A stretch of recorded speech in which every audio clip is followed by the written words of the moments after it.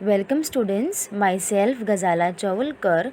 Today we are going to continue with the same chapter, that is Humidity and Clouds part 2.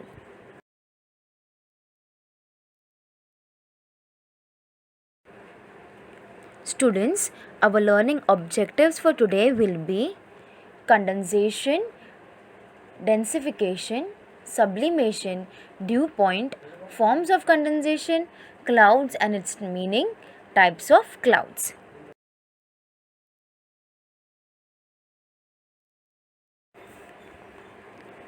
Students, to understand the process of condensation, we need to carry out this activity. So, take water in a pressure cooker, take off the whistle of the pressure cooker. Now, heat the cooker, take a lid with a handle. After the water starts boiling, hold the lid at a distance from where the steam is coming out. Now, what did you observe, students? What happens? You must have observed that the water changed into water vapor after it was heated. This vapor turns into water droplets when it touches the cooler lid. We can see the water droplets deposited on the lids. So, what is the conclusion over here, students?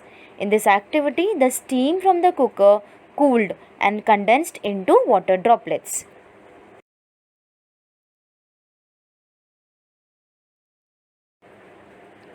Students, again here we have another activity to understand the concept of condensation. Carry out this activity, students. Take a glass with flat bottom, put some ice cubes in it. Keep this glass in a room for 2 to 3 minutes. What did you see? Students, we observed that after some times droplets of water on the outer surface of the glass. When the water vapor in the air comes in contact with the cold surface, condensation takes place. These droplets form on the outer surface of the glass. So, conclusion, we can say that vapor in the air condensed into water droplets.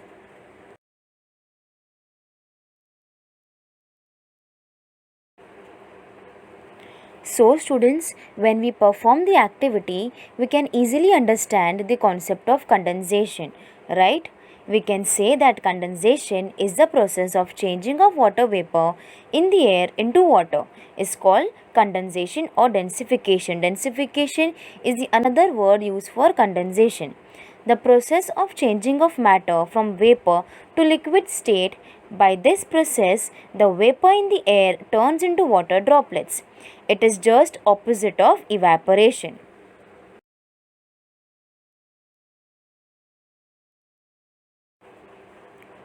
Now students, let us understand what is sublimation. Sublimation is a process where solid changes its phase and turns directly into a gas without passing through a liquid phase. An example of sublimation is when ice cubes shrink in the freezer. One more example, that is dry ice. Dry ice is solid carbon dioxide. Carbon dioxide is typically found as a gas. When it is frozen into a solid, it turns directly into gas and totally skips the liquid stage.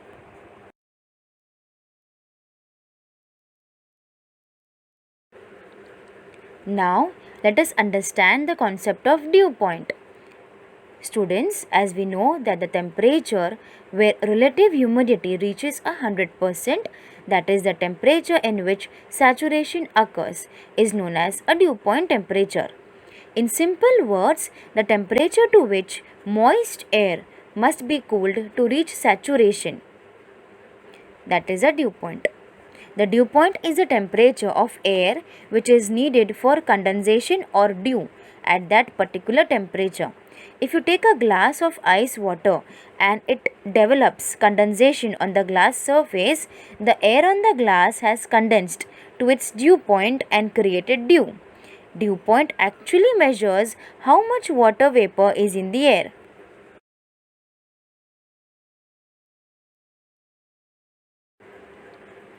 Students, The process of changing of matter from vapor to liquid state, by this process the vapor in the air turns into water droplets. If the process of condensation occurs at the ground level, then dew, fog, frost, etc. are formed. Let us study all the three forms in detail.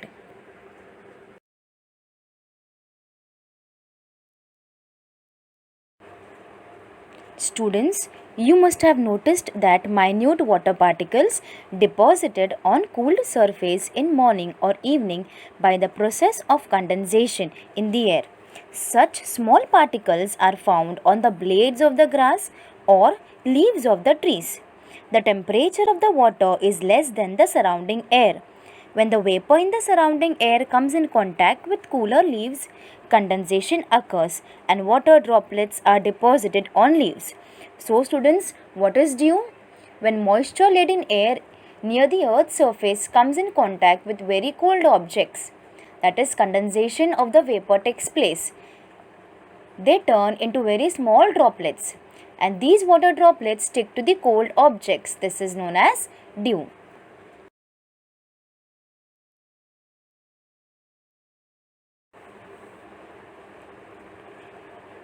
Frost. It is also a form of a condensation occurring near the Earth's surface. Because of the lowering of temperature, the vapor in the air converts into ice particles. Layers of such ice particles are seen on leaves of the trees or grasses. So what is frost, students? If the temperature of the air is less than 0 degrees Celsius, the water droplets stuck to the surface of cold objects freeze. This frozen water droplet is called frost. Frost is generally seen in temperate regions during winter.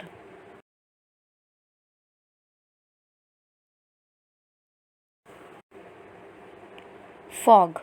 Fog is a collection of liquid water droplets or ice crystals suspended in the air at or near the earth's surface. It is very minute ice or water particles floating in the air. Fog is different from the clouds. Fog is at lower elevations. Elevations means height. And fog occurs due to local weather conditions. So what is fog, students? The temperature of the layers of the air near the surface of the earth reduces. In this process, vapor turns into microscopic water particles and float in the air. When the density of these droplets in the air increases, fog occurs. The visibility in the area reduces because of fog.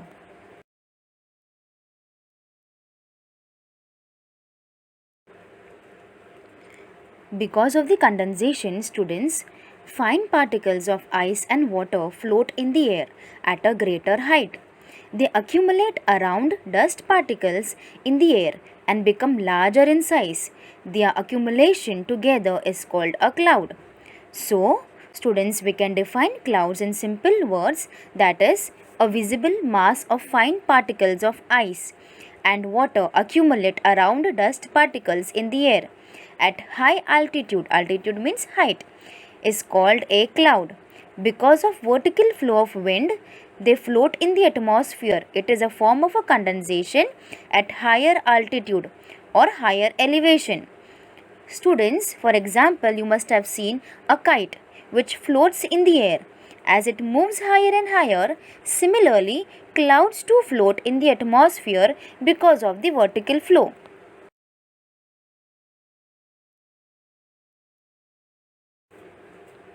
How do clouds formed? Clouds are formed when the air rises. As the air rises, it cools. Cooler air cannot hold as much as water vapor as warmer air. As the temperature reaches the dew point, the water vapor will condense on the dust particle and then the cloud is formed. Another example you can see in the below diagram, students.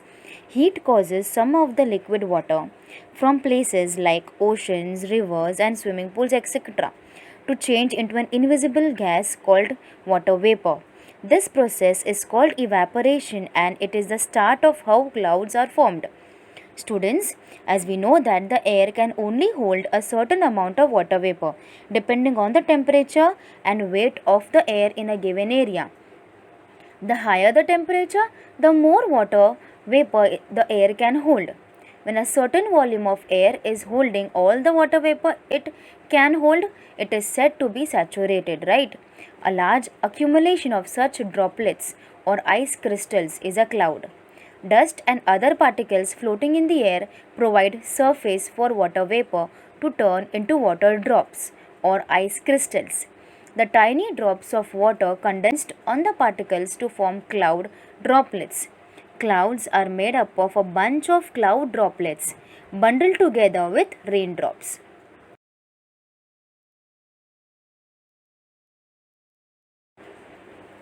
Clouds type according to international classification. Students, as you can observe the diagram, clouds are classified by their altitude and appearance. Each type of clouds are formed in a different way and bring its own type of weather.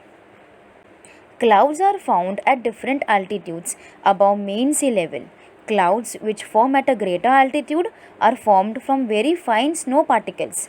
As we go higher away from the sea level, the amount of vapor decreases. Hence, the clouds at a lower altitude are larger in size, while the clouds at a higher altitude are smaller in size. We can divide these clouds into three main types on the basis of their altitude. The height from the base of the cloud is taken into consideration.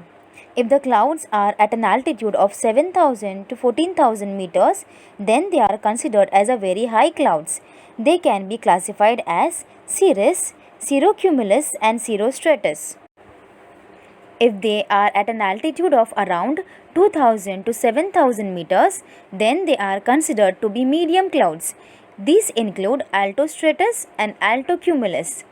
If they are at an altitude of less than 2000 meters, then they are considered to be as a low clouds.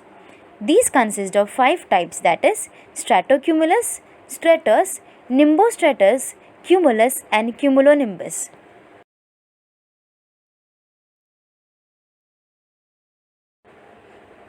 Students, let us understand the types of cloud with the help of a chart.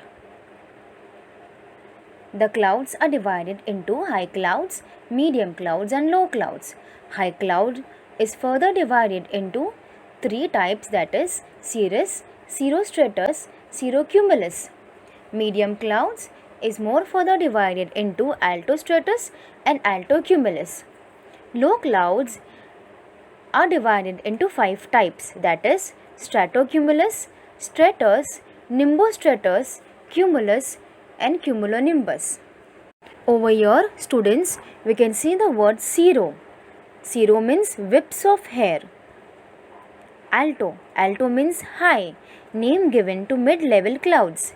Nimbo or nimbus means rain. That is, these clouds can make precipitation. Cumulus. Cumulus means heap, that is piled up clouds. And strato means layers.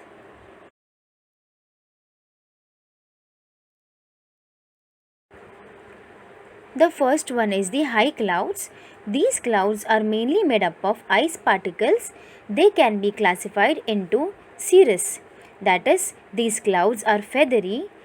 They are mainly wispy, means cirrus clouds look like curls of white hair. Next one is cirrocumulus. That is, these clouds look like groups of small waves. Next one, cirrostratus. These clouds look like a bed sheet with wrinkles. It looks like a grey flat blanket that covers the entire sky. So these are the high clouds.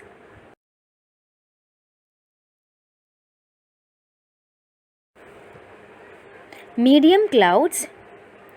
These clouds include altocumulus and altostratus. Students, the word alto means over here high. First one, altocumulus.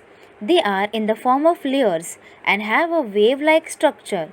They are mostly white in color and have a grey shade. Second, that is altostratus. These clouds are not very thick. The sun can be seen through them as if seen through a milky glass.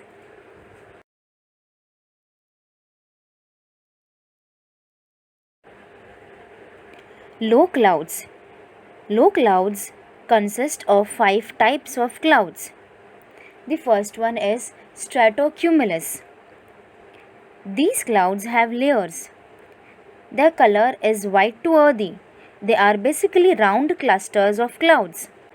Second, stratus. These clouds also have layers. They are ash colored and their base is uniform. Next, that is nimbostratus. These clouds has a very thick layers. They are grey ash in color and cause continuous rainfall and even snowfall.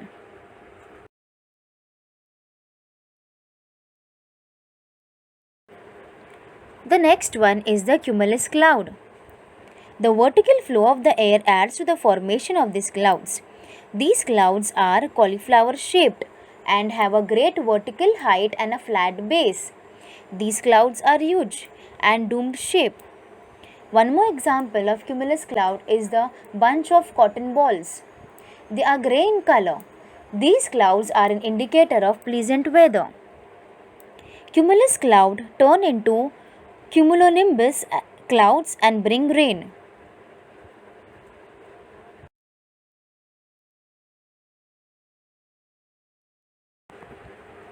The last one of the low cloud is the cumulonimbus clouds.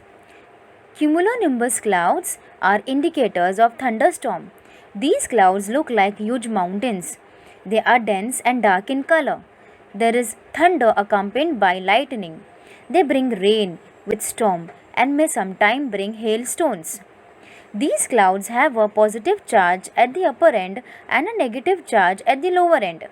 Due to differences in the charges, electric charge are formed and lightning occurs in the sky.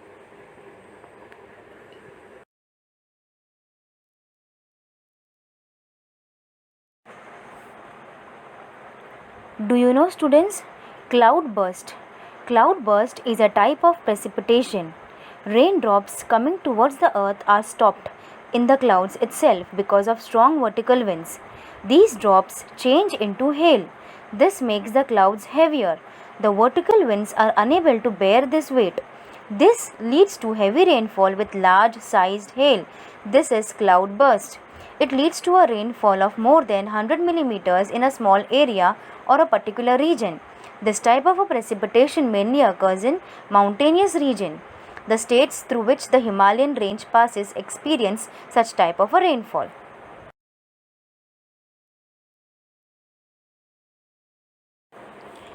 Students, let us have a recap of what we have learned today. We learned about the condensation. It is a process of changing of water vapor in the air into water is called condensation or densification. Dew, frost and fog are the forms of condensation at ground level. Sublimation is a chemical process that involves change of a solid state into gaseous state without passing through a liquid state. Dew point, when relative humidity of air becomes 100%, vapor starts condensing. At this time, the temperature of the air should be at dew point. It implies that for condensation, temperature should be low and relative humidity must be high. We also learned about the clouds. What are clouds, students? Fine particles of ice and water float in the air at a greater height because of condensation. They accumulate around the dust particles in the air and become larger in size. The accumulation together is called a cloud. We can divide the clouds into 3 main categories based on the basis of their altitude. High clouds. These clouds are at an altitude of 7,000 meters to 14,000 meters. They can be classified into cirrus, cirrocumulus and cirrostratus. Next one is the medium cloud.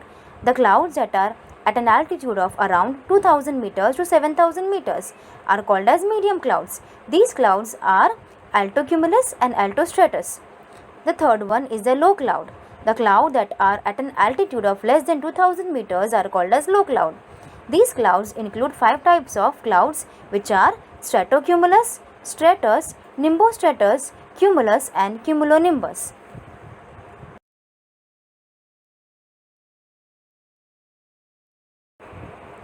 Students, I hope that you like the video.